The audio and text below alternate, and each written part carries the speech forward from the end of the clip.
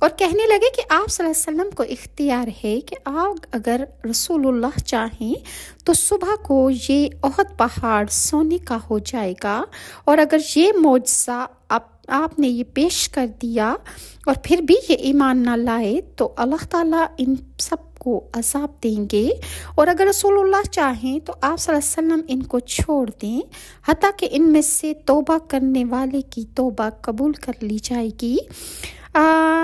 رسول اللہ صلی اللہ علیہ وسلم نے ارشاد فرمایا بلکہ ان میں سے توبہ کرنے والے کی توبہ قبول کر لی جائے۔ یہ حدیث جامع البیان میں ہے۔ سورہ الانعام کی آیت نمبر 109 میں ارشاد خداوندی ہے، اور انہوں نے پکی قسمیں کھائیں کہ اگر ان کے پاس کوئی نشانی آ گئی تو وہ ضرور اللہ پر ایمان لائیں گے۔ آپ کہیے کہ نشانیاں تو صرف اللہ تعالیٰ کے پاس ہیں، اور اے مسلمانوں تمہیں کیا معلوم کہ جب یہ نشانیاں آ جائیں گی تو یہ لوگ پھر بھی ایمان نہیں لائیں گے۔ ہر نبی کو معجزات زمانے کے لحاظ سے عطا کیے گئے جس قسم کے لوگ ہوئے اور اس زمانے میں جس چیز کا چرچا ہو، جیسا کہ حضرت موسیٰ علیہ السلام کے زمانے میں جادوگری کا چرچا تھا، اور وہ لوگ جادوگری بڑی کثرت سے کیا کرتے تھے اور لوگوں کو اس سے حیران کن کرتے تھے، تو اللہ تعالیٰ نے حضرت موسیٰ علیہ السلام کو جادوگروں کے توڑ کے معجزات عطا فرمائے۔ لہٰذا قرآن مجید کی سورہ الاعراف کی آیت نمبر 117 تا 122 میں ارشاد خداوندی ہے، اور ہم نے موسیٰ کو وحی فرمائی کہ تم اپنا عصا ڈال دو تو وہ فوراً ان کے جھوٹے طلسم کو نگلنے لگا، سو سچائی کا غلبہ ثابت ہو گیا، اور جو کچھ وہ کرتے تھے ان کا جھوٹ ظاہر ہو گیا۔ بس فرعون اور اس کے درباری مغلوب ہو گئے اور ذلیل و خوار ہو کر واپس ہوئے، اور جادوگر تمام کے تمام اللہ کے سامنے سجدے میں گر پڑے۔ انہوں نے کہا کہ ہم رب العالمین پر ایمان لے آئے جو موسیٰ اور ہارون کا رب ہے۔ اور حضرت عیسیٰ علیہ السلام کے زمانہ اقدس میں طب اور حکمت کا بہت غلبہ تھا، تو حضرت عیسیٰ علیہ السلام کو اللہ تعالیٰ نے مسیحائی کا ایک ایسا کمال دے کر بھیجا جو ان کے تمام طب اور حکمت پر غالب آ گیا۔ لہٰذا سورہ مائدہ کی آیت نمبر 112 تا 115 میں ارشاد خداوندی ہے، جب حواریوں نے کہا کہ اے عیسیٰ ابن مریم، کیا آپ کا رب ہم پر آسمان سے خوان نازل کر سکتا ہے؟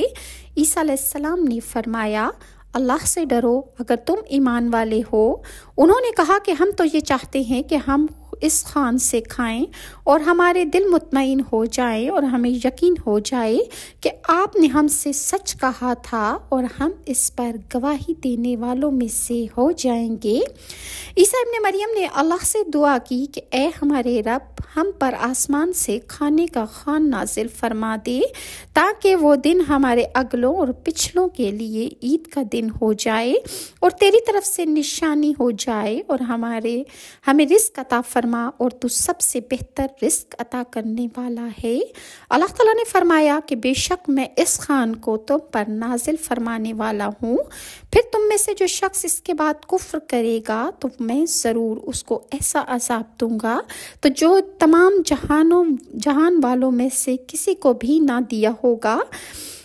جب حواریوں نے حضرت عیسیٰ علیہ السلام سے مائدہ یعنی پان کے خوان کا سوال کیا تو حضرت عیسیٰ علیہ السلام نے اس کو سخت ناپسند کیا اور فرمایا کہ اے لوگو، اللہ تعالیٰ سے ڈرو۔ اللہ تعالیٰ نے تم کو جو رزق حلال زمین سے عطا فرمایا ہے اسی پر قناعت کرو اور آسمان سے مائدہ کا سوال نہ کرو، کیونکہ اگر وہ تم پر نازل کیا گیا تو وہ تمہارے رب کی طرف سے نشانی ہوگی۔ تم سے پہلے قوم سمود نے بھی اپنے نبی سے نشانی کا سوال کیا تھا، وہ اس نشانی میں مبتلا کیے گئے، پھر اس نشانی کے تقاضے پورے نہ کرنے کی وجہ سے وہ ہلاک کر دیے گئے۔ جب ان کی قوم نے اصرار کیا تو حضرت عیسیٰ علیہ السلام نے نماز پڑھی اور بہت کریا زاری سے دعا کی کہ اے اللہ، ہم پر آسمان سے مائدہ نازل فرما دے۔ تو اللہ تعالیٰ نے دو بادلوں کے درمیان ان پر سرخ دسترخوان نازل کیا۔ بنو اسرائیل اس کو نازل ہوتے دیکھ کر خوش ہو رہے تھے۔ اور حضرت عیسیٰ علیہ السلام خوفزدہ ہو کر بار بار دعائیں کر رہے تھے کہ اے اللہ سجل اس خان کو رحمت بنانا اور اس کو غضب نہ بنانا۔ حضرت عیسیٰ علیہ السلام دعا کر رہے تھے کہ وہ دسترخوان حضرت عیسیٰ علیہ السلام کے پاس آ کر ٹھہر گیا۔ حواریوں کو اس سے جو خوشبو آئی جیسے انہوں نے اس سے پہلے کبھی کھانے کی خوشبو نہ سونگھی ہو، حضرت عیسیٰ علیہ السلام کا شکر ادا کرتے ہوئے سجدے میں گر گئے، اور یہود اس خان کو دیکھ کر غیظ و غضب سے جل گئے۔ حواری اس دسترخوان کے گرد بیٹھ گئے۔ وہ خان ایک رومال سے ڈھکا ہوا تھا۔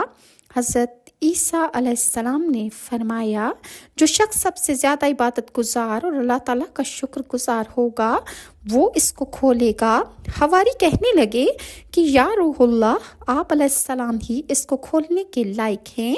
حضرت عیسیٰ علیہ السلام نے دوبارہ وضو کیا، نماز پڑھی اور اللہ تعالیٰ سے رو رو کر اپنے اور قوم کے لیے برکت کی دعا فرمائی۔ پھر اس خان کو کھولا تو اس میں بہت بڑی بھنی ہوئی مچھلی تھی جس میں کانٹے نہیں تھے اور اس سے گھی بہہ رہا تھا، اور اس کے گرد ہر قسم کی سبزیاں تھیں اور نمک اور سرکہ تھا، اور اس کے ساتھ 5 روٹیاں بھی تھیں، ایک روٹی پر زیتون، ایک پر کھجور اور باقیوں پر انار تھے۔ اسی طرح شمعون نے کہا کہ یا روح اللہ، یہ طعام دنیا کے طعام میں سے ہے یا آخرت کے طعام میں سے؟ آپ حضرت عیسیٰ علیہ السلام نے ارشاد فرمایا یہ نہ دنیا کا طعام ہے نہ آخرت کا کھانا ہے، اس کو اللہ تعالیٰ نے اپنی قدرت سے پیدا کیا ہے۔ حضرت عیسیٰ علیہ السلام نے فرمایا تم بسم اللہ پڑھ کر کھانا شروع کرو اور اپنے رب کا شکر ادا کرو، وہ تم کو مزید عطا فرمائے گا۔ انہوں نے کہا یا روح اللہ، ہم چاہتے ہیں کہ آپ علیہ السلام ہمیں اس نشانی میں ایک اور نشانی دکھائیں۔ حضرت عیسیٰ علیہ السلام نے فرمایا سبحان اللہ، کیا تمہارے لیے یہ نشانی کافی نہیں ہے جو اس کے علاوہ نشانی کا سوال کر رہے ہو؟ جب انہوں نے اصرار کیا تو حضرت عیسیٰ علیہ السلام نے مچھلی سے فرمایا جو بھنی ہوئی آسمان سے مچھلی نازل ہوئی تھی اس سے حضرت عیسیٰ علیہ السلام فرمانے لگے کہ اے مچھلی تو اللہ تعالیٰ کے حکم سے دوبارہ زندہ ہو جا۔ وہ مچھلی اللہ تعالیٰ کی قدرت سے زندہ ہو گئی، وہ شیر کی طرح منہ پھاڑنے لگی اور اس کی آنکھیں گردش کرنے لگیں اور وہ پھڑکنے لگی۔ حواری خوف زدہ ہو کر بھاگنے لگے۔ حضرت عیسیٰ علیہ السلام نے فرمایا پہلے تم نے نشانی کا مطالبہ کیا تھا، اب نشانی دیکھ کر ڈرتے کیوں ہو؟ پھر حضرت عیسیٰ علیہ السلام نے مچھلی سے ارشاد فرمایا اے مچھلی، اللہ تعالیٰ کے حکم سے دوبارہ پہلے کی طرح بھنی ہوئی ہو جا۔ پھر انہوں نے کہا کہ اے روح اللہ، آپ علیہ السلام کھانے کی ابتدا کریں کہ سب سے پہلے آپ کھائیں گے تو پھر ہم کھانا شروع کریں گے۔ حضرت عیسیٰ علیہ السلام نے فرمایا سبحان اللہ، وہی کھانے کی ابتدا کرے گا جس نے اس کا مطالبہ کیا تھا۔